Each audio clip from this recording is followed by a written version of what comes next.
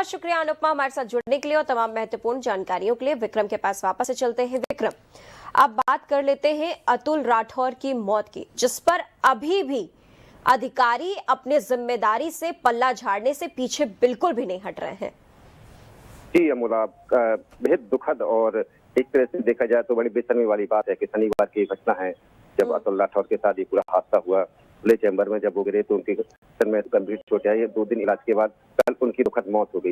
लेकिन लगभग 4 दिन बीत जाने के बाद भी अभी भी इस घटना को लेकर जिम्मेदार कौन है ये प्रशासन तय नहीं कर पाया है। हालांकि जो 2 विभाग हैं वो आपस में एक दूसरे के ऊपर ये जो जिम्मेदारी है वो टालने की कोशिश कर रहे हैं। जहां अगर नगर निगम की बात की जाए तो नगर निगम का ये कहना है कि वहां सड़क निर्माण का कार्य चल रहा था, जिसके चलते यह हादसा हुआ, क्योंकि वहां रोड पड़ी थी, चैम्बर खुला पड़ा था। लेकिन जब इसी पूरे मसले को लेकर पीडब्ल्यूडी से विभाग से बात की गई तो उनका ये कहना है कि सड़क निर्माण का कार्य उनका है, लेकिन चैम्बर और सीवर का काम नगर निगम देखता है। तो इस पूरे हादसे की जिम्मेदारी नगर निगम की बनती है। तो इस हिसाब से अगर देखा जाए तो फिलहाल दोनों ही विभाग अपनी जिम्मेदारी से बचते नजर आ रहे हैं। वहीं अगर पीड़ित परिवार की बात है तो कल काफी हंगामा के बाद लगभग 10 लाख की सहायता राशि और पीड़ित परिवार के किसी एक व्यक्ति को नौकरी की बात प्रशासन की तरफ से की गई है।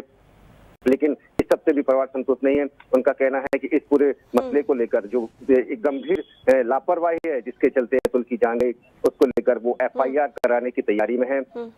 और हो सकता है आज जो 3 विभाग है, एक हिसाब से ठेकेदार, पीडब्ल्यूडी विभाग और नगर निगम, तो इनके खिलाफ FIR कराने की तैयारी में है। फिलहाल इस पूरे मसले को लेकर जो एक अगर कदम उठाया गया तो वो ये है कि पीडब्ल्यूडी विभाग ने जो ठेकेदार था जो पूरे सड़क निर्माण के कार्य को करा रहा था उसको एक नोटिस जारी किया है। जब इसको लेकर पीडब्ल्यूडी विभाग से पूछा गया कि जब आपकी जिम्मेदारी नहीं है, ये नगर निगम की जिम्मेदारी थी सीवर चैम्बर को लेकर, तो आपने नोटिस किस हिसाब से दिया, तो इसका भी उनके पास कोई जवाब नहीं है। फिलहाल देखना होगा इस पूरे घटना के बाद जो जिम्मेदारी किसकी तय की जाती है और किस तरह की कार्रवाई की जाती है। विक्रम, पीडब्ल्यूडी का काम है सड़क निर्माण का और वहीं नगर निगम का काम है सीवर का और नालियों वगैरह का।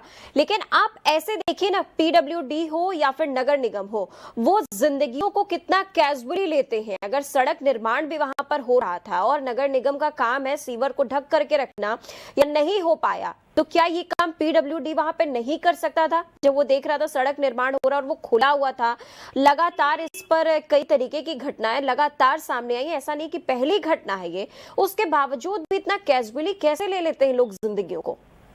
यही एक संवेदनहीनता है। आप देखिए, ये नकारापन है सिस्टम का कि किस तरह से एक खुले में चैम्बर जिस तरह से खुला है तो किसी की भी जान जा सकती है। ये तो सीधे तौर पे मौत को दावत देना जाता है कि जो कोई व्यक्ति अगर सड़क पर जा रहा है कोई भी चैम्बर में गिर सकता है। खासकर ये मानसून का सीजन है। आप देखिए, अगर जल भराव की स्थिति बनी और ऐसे में अगर खुला चैम्बर हो तो जाहिर सी बात है बड़ी दुर्घटना होने से कोई नहीं रोक सकता। और ये पूरा मसला एक पत्रकार से जुड़ा हुआ है। जब इसको लेकर इतना हो हंगामा हुआ, लेकिन आप देखिए प्रशासन की नाकामी कहें या संवेदनहीनता या नकारापन के अभी तक 4 दिन बाद भी अभी तक ये तय नहीं हो पाया है कि इस घटना की जिम्मेदारी किसकी है, किस विभाग की है और किस विभाग की लापरवाही के चलते अतुल राठौर की जान गई। हाँ, ये बात सही है कि वहाँ पीडब्ल्यूडी का सड़क निर्माण का कार्य चल रहा था, लेकिन जो सीवर चैम्बर की निगरानी और रखरखाव की जिम्मेदारी है वो नगर निगम की बनती है। तो अब ऐसे में एक दूसरे जो विभाग है दोनों एक दूसरे पर जिम्मेदारी डालने की कोशिश कर रहे हैं, खुद की जिम्मेदारी से पल्ला झाड़ रहे हैं। लेकिन सबसे बड़ी बात यह भी है कि प्रशासन क्या कर रहा है। अभी तक प्रशासन ये क्यों तय नहीं कर पाया कि किसकी गलती के चलते एक युवा की जान गई, एक ऐसे व्यक्ति की जान जो घर में अकेला कमाने वाला था, जिसके घर में पिता नहीं है, एक 22 साल की पत्नी है, 2 साल की बच्ची है। तो अब काफी दुखद हादसा है ये कह सकते हैं। लेकिन ये जो जिस कारण हुआ और जो उसके जिम्मेदार है उनके खिलाफ कार्रवाई कब होगी, तो ये एक बड़ा सवाल बना हुआ है। लगातार इसको लेकर राजनीति भी हो रही है। कांग्रेस अपने सवाल, कल जो सामान्य सभा हुई नगर निगम की उसमें भी ये मुद्दा उठाया गया। अब देखते हैं इसको लेकर किस तरह की कार्रवाई की जाती है, कौन है इसकी जिम्मेदारी दी जाती है, क्या ठेकेदार पर कार्रवाई की जाएगी या नगर निगम के किसी अधिकारी पर या कर्मचारी पर या पीडब्ल्यूडी विभाग पर। अब देखते हैं इस पर क्या कार्रवाई की जाती है। जय मोला। जी विक्रम, में तो बिल्कुल देखना होगा कि किसको कटघरे में खड़ा किया जाता है। बिल्कुल वाकई में एक जिंदगी चली जाती है और इतना कैजुअली लोग इसको लेते हैं। ठीक है विक्रम, मौसम का हाल बता दीजिए एक बार जब ग्वालियर से। देखिए, मौसम का है तो कल शाम को जरूर थोड़ी बारिश की बौछारें रही, जिससे जो उमस भरी गर्मी है उससे लोगों को राहत मिली। लेकिन जो प्रदेश के जो अन्य जिलों या अन्य इलाके में जो मौसम का हाल है, जिस हिसाब से बारिश हुई वो फिलहाल ग्वालियर में देखने को नहीं मिल रही। हालांकि मौसम विभाग का कहना है कि 21 जुलाई के बाद एक सिस्टम एक्टिव होगा, उसके बाद 3 से 4 दिन मूसलाधार बारिश होने की संभावना है। तो फिलहाल अगर देखा जाए तो उमस भरी गर्मी से तो लोगों को राहत है। तापमान की भी बात की जाए तो वो अधिकतम तापमान लगभग 32 डिग्री है, लेकिन बारिश है तो सामान्य से कुछ ज्यादा ही बारिश अभी तक इस पूरी सीजन में ग्वालियर में हुई है। बहुत शुक्रिया विक्रम हमारे साथ जुड़ने के लिए और तमाम महत्वपूर्ण जानकारियों के लिए। अब हम सीधे